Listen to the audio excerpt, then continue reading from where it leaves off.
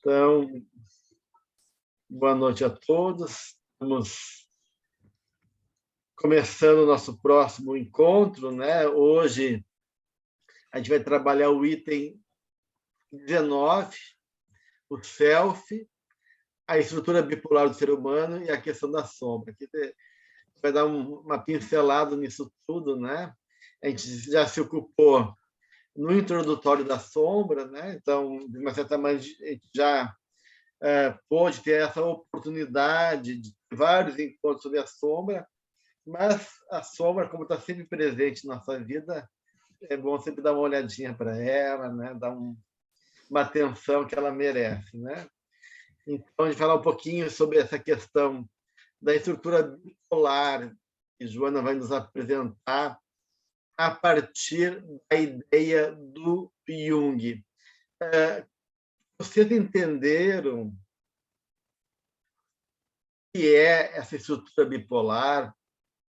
Leram que ela apresenta isso já lá no Amor Imbatível Amor, quando ela fala da dualidade do bem e do mal, né? Vai falar dessa espécie da dualidade do ser humano, e no primeiro capítulo do Em Busca da Verdade, né, ela vai realmente aprofundar de uma maneira muito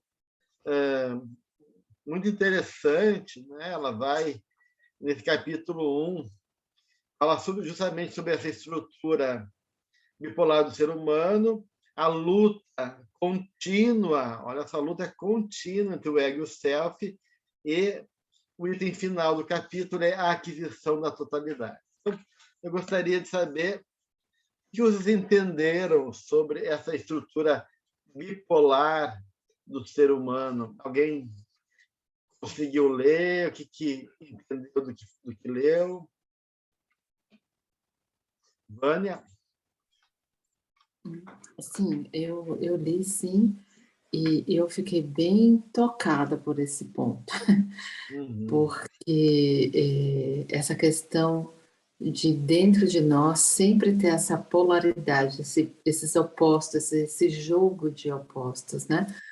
Principalmente essa questão dela dizer que quando um polo está na consciência, né, o outro está na inconsciência, e a necessidade da gente vigiar, né, de conhecer também a nossa sombra, né, esse polo oposto, para que ele não nos dirija, né, nos conduza sem que a gente tenha consciência sobre isso. E eu fiquei bem tocada porque eu pensei o quanto, às vezes, a gente pensa que está agindo conscientemente, mas não está, né? E quanto potencial existe em nós, né? Através da sombra. Eu entendi, assim, essa estrutura bipolar também, no sentido de ver a sombra, não sei se está certo, né? E esse esforço que a gente tem que fazer de integrar essas duas partes para que a gente tenha, assim, uma totalidade, né? Para que essa fissura, que não haja essa fissura. Foi assim que eu entendi. Muito bem. Alguém mais quer colocar? Como é que percebeu esses conteúdos que a Joana apresenta?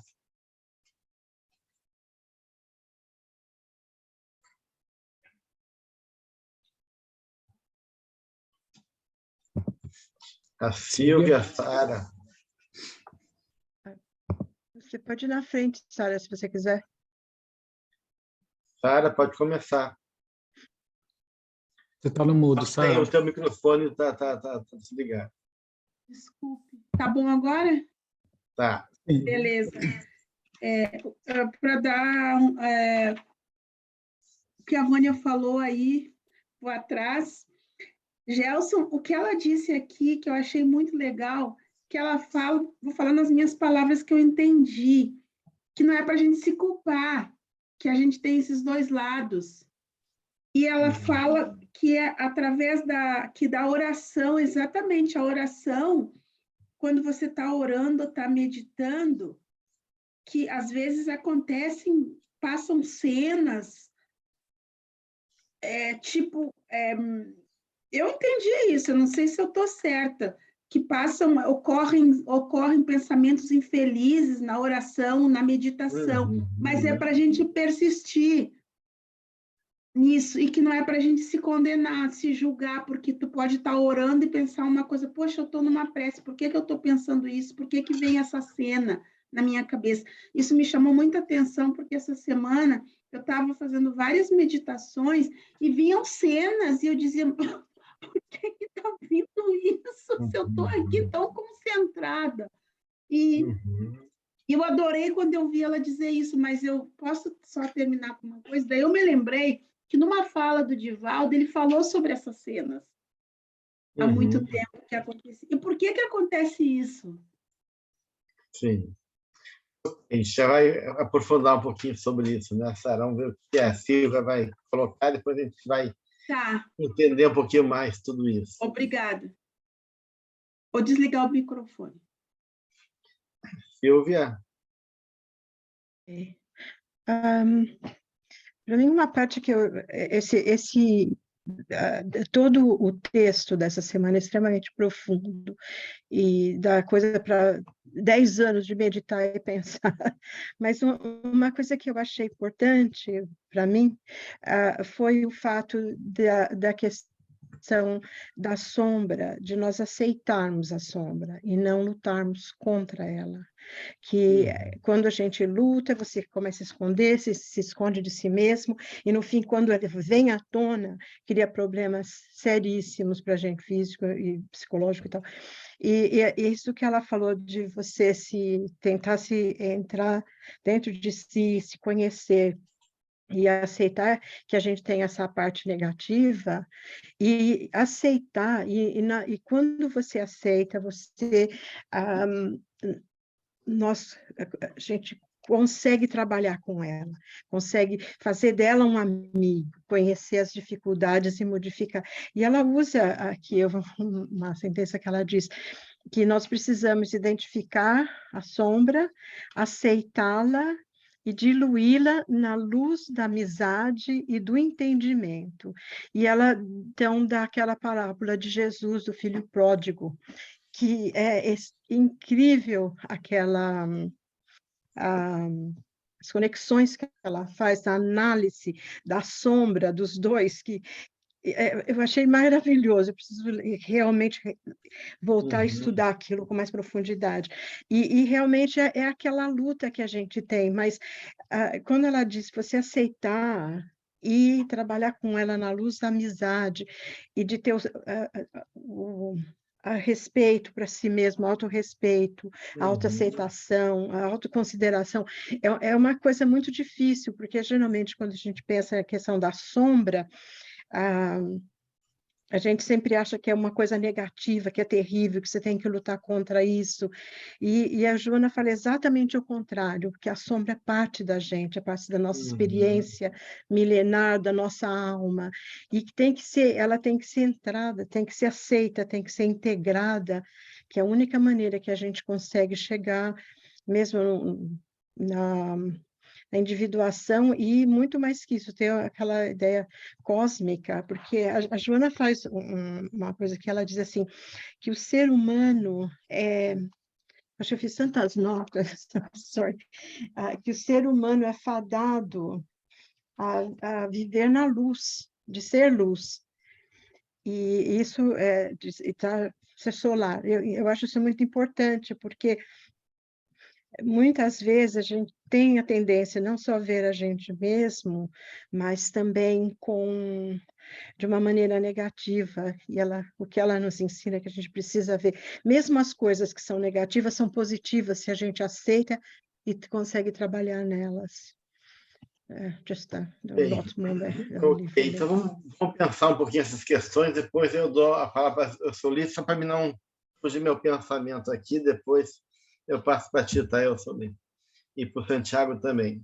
Então, assim, dentro disso que tu estão falando, né, realmente nós temos essa realidade que ela vai trazer do Jung, né, que é essa dimensão bipolar, né, o Jung vai falar das vigas, né? Os pares de opostos, né? Anima e animus, self e ego, sombra versus persona e ego, né? Então, tem essa dualidade, né? Então, o que ela está trazendo aqui, né? A nossa dimensão, a Olímpia está perguntando qual o livro, o Em Busca da Verdade, capítulo 1, tá? Então, de uma certa maneira, a gente sai da unidade divina, né? A gente já comentou em algum momento, né?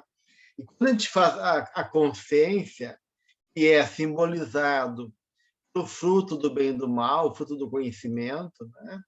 E é expulso do paraíso, aí a gente está dividido. Então, a noção de bem ou mal é uma noção própria da nossa consciência, né? Quando a gente fala em consciência, seja em consciência ética, né? Enquanto um princípio natural que habita o nosso espírito, que é a realidade do que é certo e errado, porque a lei divina está dentro de nós. Então, a consciência representa essa noção ética, mas não só a consciência ética, mas a consciência como um todo, enquanto consciência reflexiva, enquanto consciência perceptiva, enquanto consciência subjetiva, né?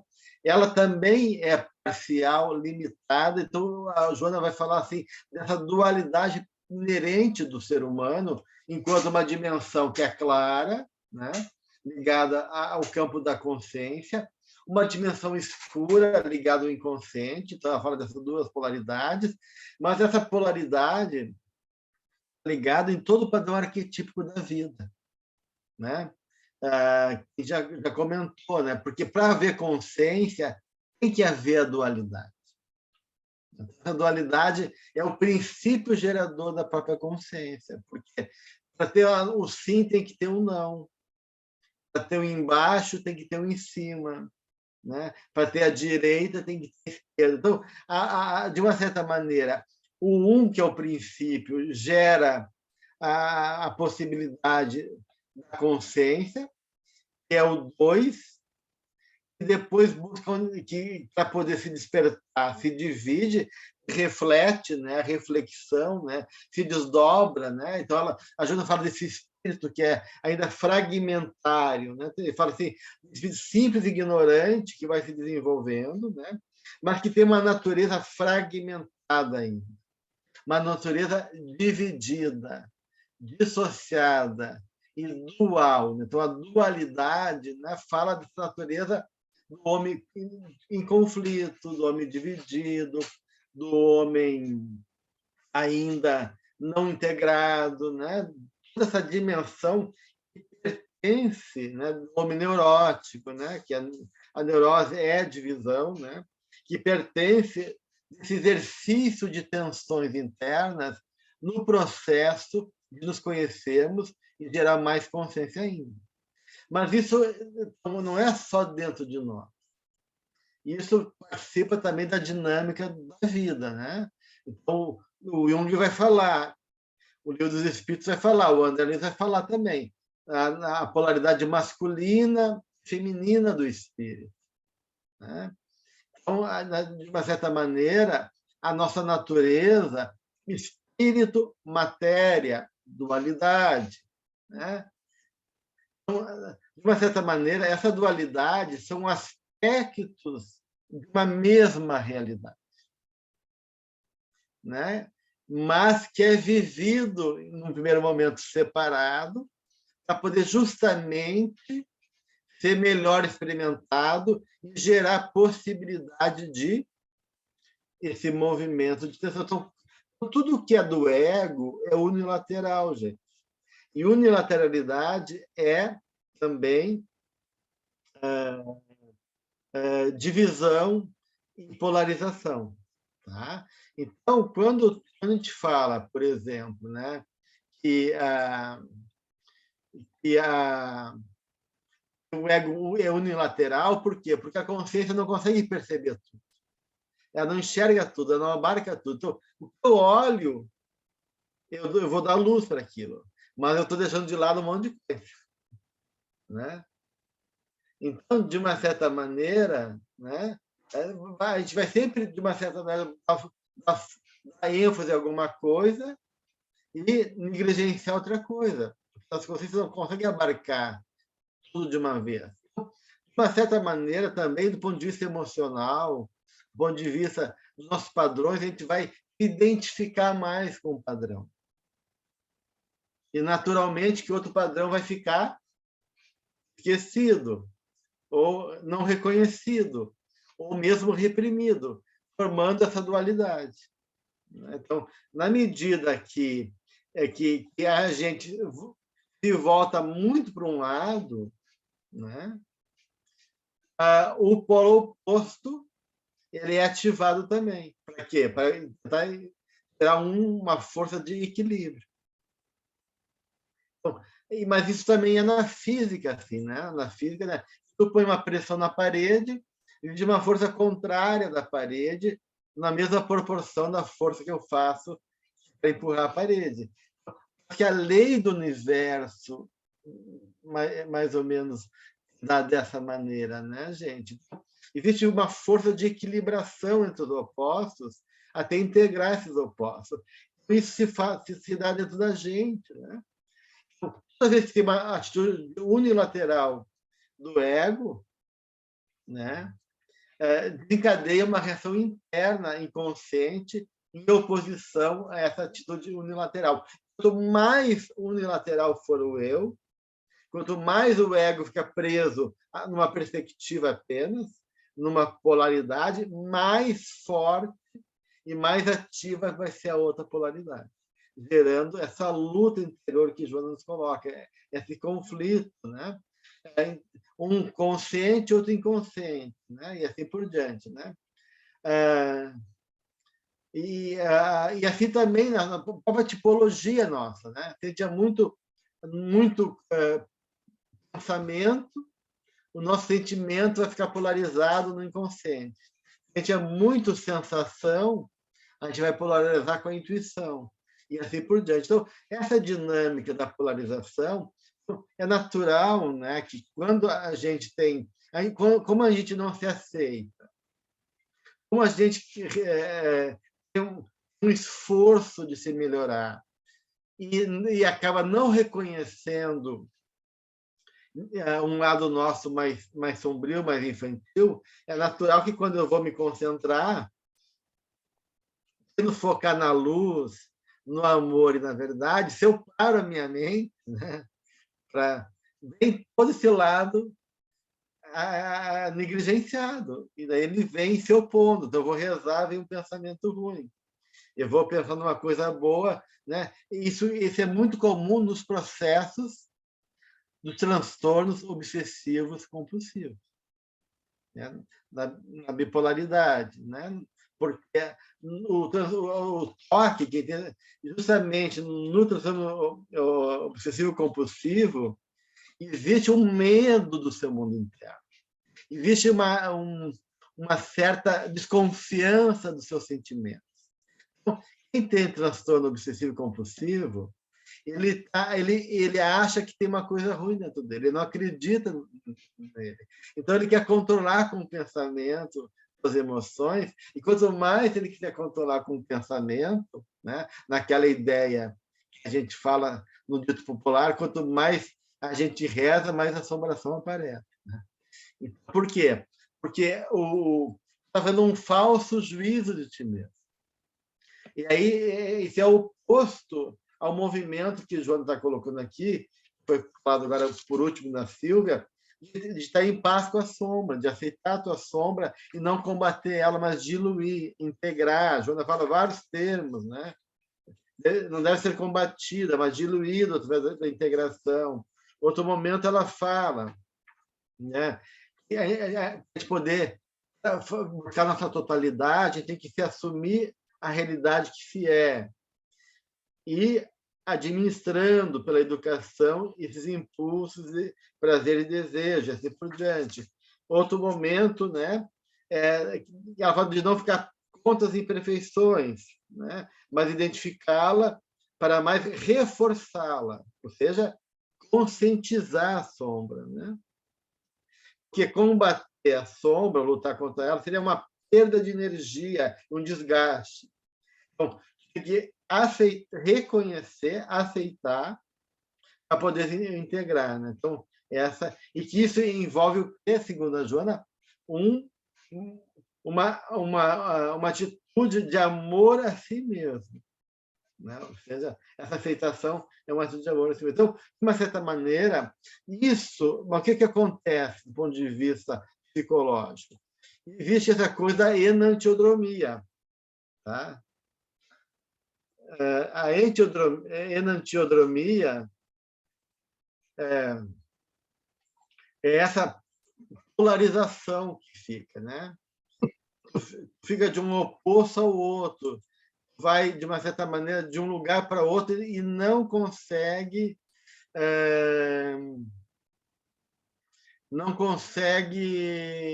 integrar. A enantiodromia ela é neurótica, e não há integração na enantiodromia, né? De um lado, me sinto culpado e quero ser bonzinho, de outro lado, eu tenho raiva e me estouro. E aí eu fico nesse momento, porque na enantiodromia eu não faço consciência, eu não integro, eu não aceito, eu não acolho. A proposta do Jung é fazer a metanoia. A metanoia que é diferente da enantiodromia, porque enquanto a enantiodromia é a polarização neurótica sem um processo de elaboração, é a compensação. Então, todo o processo da vida é compensatório, né? É uma lei da compensação, essa dualidade, né? Vai ser sempre o inconsciente vai compensar o que está muito exagerado. Eu acho que eu sou muito bom, daí vem a minha sombra e diz, tu não é tão bom assim. Eu acho que eu sou muito ruim, e vem a minha sombra e diz, mas não, nossa, não é só ruim, tu tem um lado bom também. Então, a sombra e o inconsciente sempre compensar essa unilateralidade do ego. E essa compensação, se ela não é integrada, vai ficar numa gangorra, numa enantiodromia. Tá?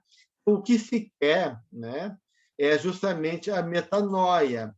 A metanoia é por outro lado, sem esquecer o lado oposto, né? Então, esse seria a metanoia, tá, gente? Na metanoia, né, há uma integração. Eu me permito reconhecer o outro lado sem esquecer do lado que eu estava ligado. E aí, na metanoia, eu consigo integrar, e aí eu não sou nem um nem outro, sou um terceiro coisa. É uma terceira... A soma das partes é maior, né? O resultado da soma das partes é uma personalidade transformada, né? Integrada. Não é nem um lado, nem outro lado. E é mais do que a soma das partes, porque daí é a experiência dessa totalidade aqui que a gente está conversando com vocês. Eu sou Lito, queria colocar alguma coisa? Então, eu escrevi aqui, Gelson, eu escrevi assim, né? Se Jesus nos amou, mesmo sabendo tudo a nosso respeito, ele já sabia que nós éramos, assim, um enorme pepino para ser descascado. E ele nos amou, simplesmente ele nos amou, tanto que ele falou para Marta, né? Ó, Marta, deixa isso aí, a sua irmã escolheu a melhor parte, né? Assim, que não será retirada e coisa. Bom, isso aí é tudo para nos estimularmos. O Mestre Jesus, na realidade, o ensinamento dele é para nos estimularmos, não desistirmos de nós mesmos, na realidade. E eu já escrevi aqui, é uma única forma de nos transformarmos para o bem devagar e sempre. Então, se quanto mais vamos domando o lado baixo da polaridade, vamos percebendo mais o nosso crescimento. E através dessa dualidade, é através dessa dualidade que podemos escolher a melhor parte, e reconhecê-la e valorizá-la. Será que está muito ruim isso aí? Porque me veio isso na cabeça, isso aí tem que escrever correndo. Comecei a escrever, sabe? Não está ruim. não está totalmente completo, mas a lógica Então, me ajuda a completar. Porque, na verdade, quando a gente não vai escolher a melhor parte, não é nem Marta e nem Maria. A melhor parte é Jesus, né, eu sou ali.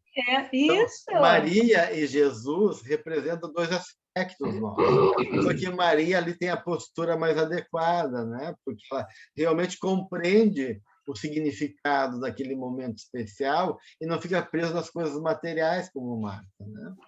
Então, de uma certa maneira, sim, a gente vai ter ter a sabedoria da Maria para poder realmente acolher, né? Agora, não tem como acolher Jesus e chegar até lá sem reconhecer os aspectos negativos da gente, né? Isso que é importante, né? Poder, de uma certa maneira, na verdade, fazer as pazes conosco mesmo, né? Escolher a melhor parte dessa maneira é poder nos suportar por inteiro, né? Acima de tudo, né? Mas eu achei assim, Doc, que tudo isso que está aqui nesse livro, que é muito profundo demais, mas primeiro, né, nós vamos também, tendo a consciência, nós também vamos ter a oportunidade de, como você falou, né, explicou para nós, aceitar o outro lado, quer dizer, não esquecer do outro lado, mas irmos com essa consciência que temos, percebendo, né, o que é que nós podemos fazer em cada situação. Pelo menos é isso, mais ou menos, que, sabe? Porque a metanoia, né? Assim, a metanoia é uma palavra grega que o Jung vai pegar, né? Que quer dizer meta, mas no sentido do que está além, do que transcende, né? Ela tem o prefixo meta e o sufixo noia, né? De dizer pensar, de razão, de compreensão, de entendimento, né? É parecido com a palavra nous, né? que quer dizer consciência. Então, metanoia, de uma certa maneira, é uma expansão da consciência. Ir além da razão lógica, transcender, se converter, uma mudança de percepção, uma mudança de visão de mundo, né? Na proposta da análise junguiana, o que se quer é justamente promover essa metanoia, né? Ou seja, haver um confronto dialético, um diálogo entre as polaridades. Então, o ego não vai se identificar nem com nem com a Maria e nem com a Marta, porque o ego achar que ela é todo Maria, ele vai esquecer que ele tem um lado Marta dentro dele. Se ele achar que é só Marta, ele vai esquecer que tem um lado Maria. Então, de uma certa maneira, o papel do ego é promover esse diálogo, né, entre as polaridades intrapsíquicas, esse é o papel adequado do ego. Mas é difícil ele fazer isso. Que surja o quê? A função transcendente. Assim, que é a emergência do self, né, para que haja uma transformação na busca dessa totalidade, né? Então, a gente não pode oferecer nada para o outro se não existir em nós mesmos. Primeiro, a gente tem que conquistar, né, eu falei. De uma certa maneira, né? Então, claro, a metanoia é um tipo de transgressão, né? Para gerar transformação, né? De uma certa maneira, que envolve muitas vezes uma crise também, né, da personalidade. Então, enquanto a enantiodromia fica na tensão dos opostos, ou identificado com um lado ou com o outro, e polarizado, né? Na metanoia, né, tu está fazendo um movimento então, de ir para o outro lado, mas trazendo o lado oposto, para poder haver esse diálogo, né? E aí, de uma certa maneira, conseguir a integração, que é essa busca então de individuação. Joana liga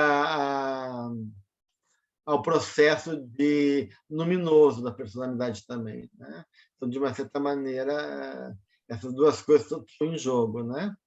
Santiago... Eu só ia falar uma coisinha, Dora. Eu fui procurar no dicionário também périplo. Desculpe. Périplo. Périplo também é rota.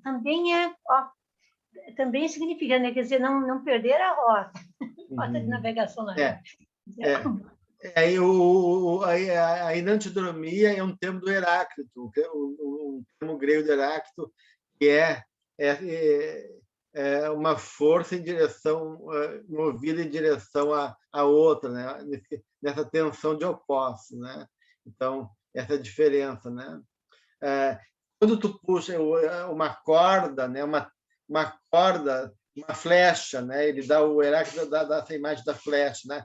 Quando tu pega um arco e flecha, né? Ao puxar a corda do arco em uma direção, a gente lança a flecha na outra direção, oposta, né? Quanto mais forte eu puxar a corda para um lado, mais forte é o impacto do retorno, né, da corda, movendo a flecha para o lado oposto, né? Então, de uma certa maneira, essa é a enantiodromia, né? Santiago? Obrigado, doctor. Dos cuestiones. ¿Se puede analizar desde esa óptica el diálogo que Krishna mantiene con Arjuna, su discípulo, en torno de esos primos, los Kauravas y los Pándavas, entre el bien y el mal, a la luz de lo que nos está diciendo? Y la segunda, en el pasaje en que Jesús invita a aquel que quiera venir en pos de mí, niéguese a sí mismo, tome su cruz y sígame. ¿Se podría decir que también Jesús lo analiza desde esa óptica?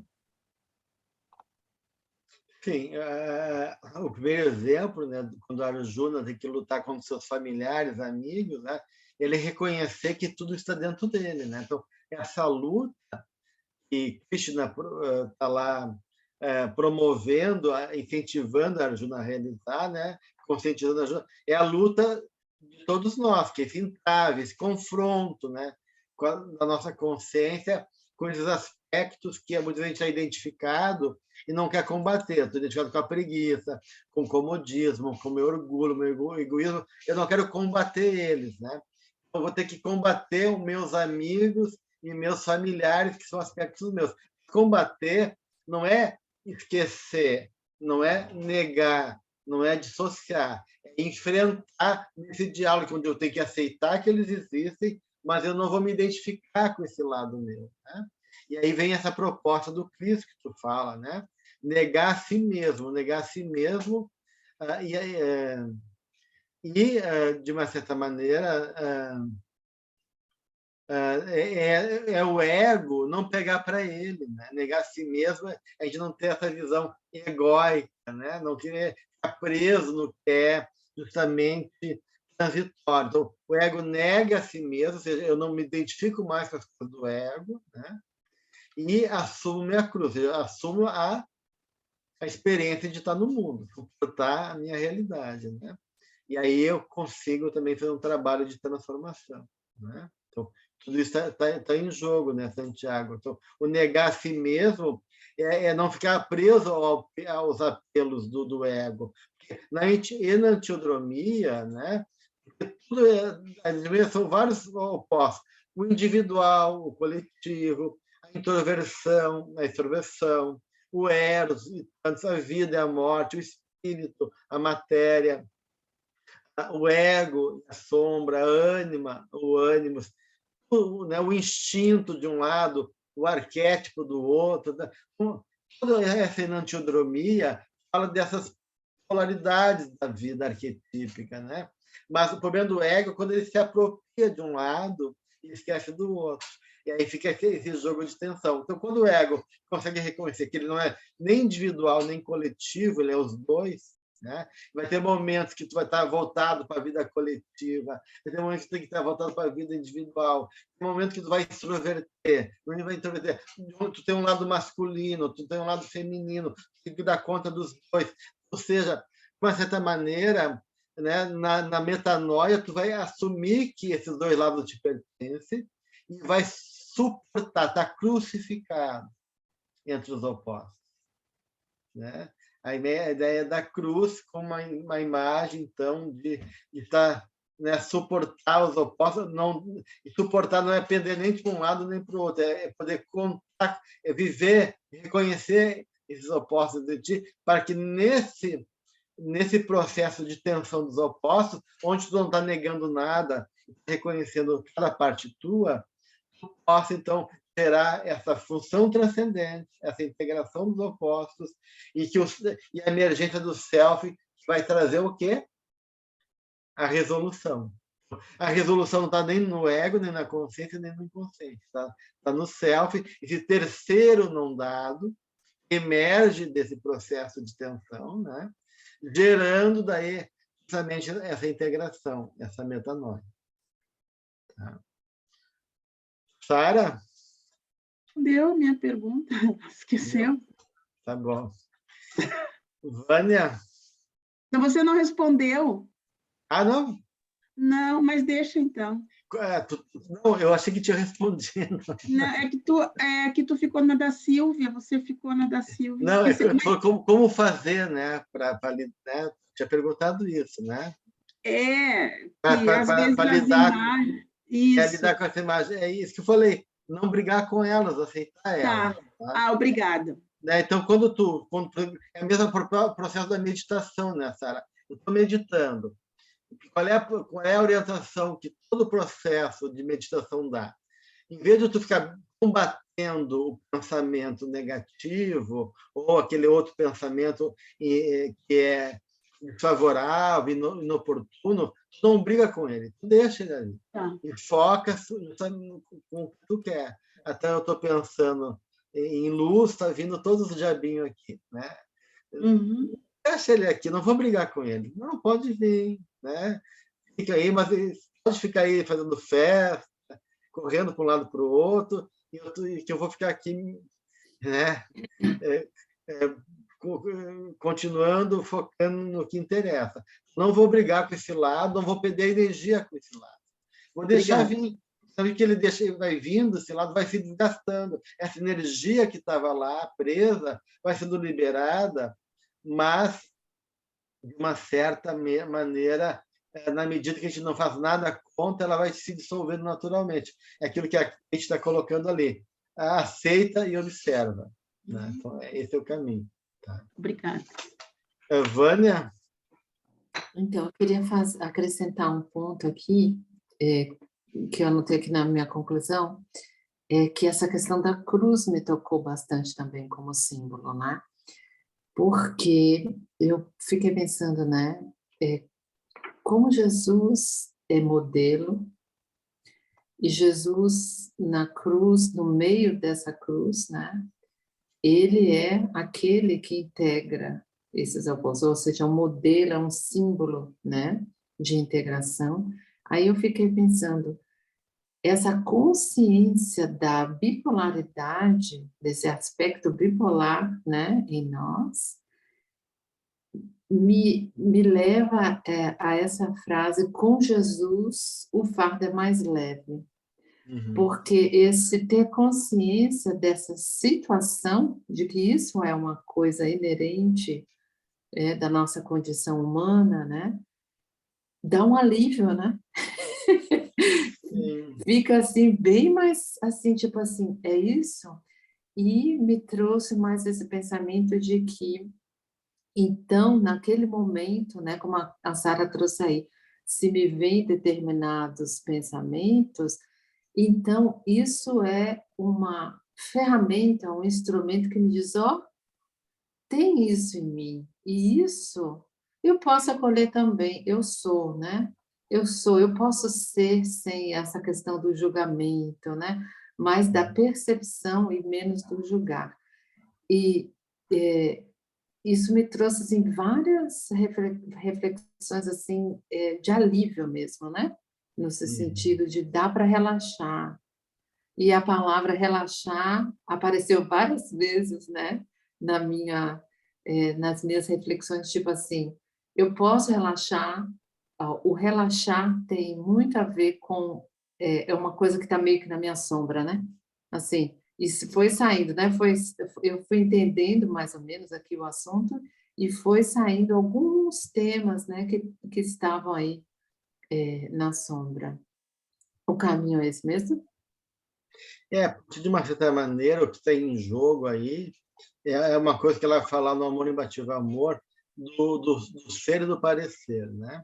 Ou seja, tu fica preso nas sensações do corpo, não é a realidade do espírito, nos desejos da hedonista, né? Ou no parecer, né? E aí realmente tu está nessa má compreensão da realidade, gerando, né, de uma certa maneira, um processo de dissociação da tua essência. Quando tu diz que com Jesus o jugo é leve, né, Vânia? Realmente, a partir do Cristo, compreendendo o sentido da tua existência. E quando tu compreende, tu aceita e sabe lidar com ela, e aí tu se torna leve. Então, com certeza, né, o trabalho do Cristo, né, é abrir esse portal da ignorância para que surja, né, essa luz do conhecimento, da consciência iluminada pelo Evangelho, né, aonde a gente vai poder realmente, né, ter uma postura, né, que é justamente essa da cruz, né? E a cruz da cruz, então, essas duas coisas. De um lado, a integração do eixo vertical e horizontal da vida, né? Nessa totalidade, compreender a vida, e ao mesmo tempo então, aprender a suportar as duas coisas. Tu consegue daí atravessado pela experiência, suportando ela e vivendo, né? Além da ilusão da realidade e reconhecendo os aspectos da tua natureza, aprendendo a dialogar e lidar com ele, né? E aí, para isso, tu tem que entrar no ser, né? O ser, sair da ilusão, o ser psicológico, porque o ser psicológico, a Joana fala, ele é livre, né? A gente tem liberdade mesmo no maior limite da vida, na questão mais constrangedora, na mente, no ser psicológico, a gente pode ser livre, porque a gente não está preso às amarras da vida ou da carne, porque a nossa realidade não é a carne, não é o que é transitório, né? A gente está ali numa dimensão que transcende, né, essa realidade, porque fala para o espírito imortal, né? E por isso que a Joana fala, né, que a gente tem que saber viver as alegrias transitórias, né? Que de um lado a gente não pode se deixar levar pelo hedonismo, as sensações, mas a gente não pode negar as necessidades do corpo e saber que as sensações e as emoções de cada momento têm também seu lugar, né? Então, a castração indevida, né, a respeito dessa busca de satisfação orgânica e emocionais, vai levar a distúrbios também neuróticos, conteúdos da vida, né? Nem o apego exagerado, né? Do gozo, da volúpia, da identificação com o sensório, com a ilusão da matéria, né? E nem, ao mesmo tempo, né, a castração exagerada, querer negar a realidade que tu tem, né, e dissociar da vida, né? Então, essas duas coisas que a gente tem que tá de uma certa maneira atento, né? Obrigada. Silvia?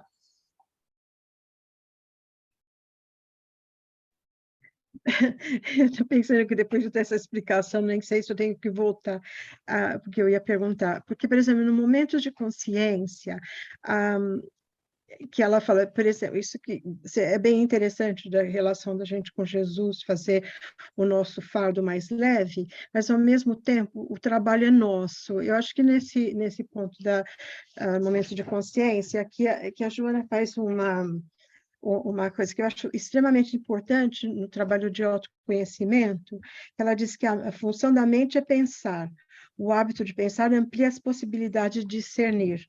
A mente é capaz de reconhecer pela razão os próprios erros nos quais se apoia e corrigi-los. E ela diz, a preguiça de pensar é responsável pela limitação do discernimento e da razão. E ela cota o São João da Cruz, dizendo que Deus existe dentro da sombra, para a gente desconhecer. Por exemplo, então, isso é um trabalho que a gente tem que fazer, de aceitação da sombra, porque nessa cotação de São João, ela diz, Deus é descoberto na sombra de dentro do ser.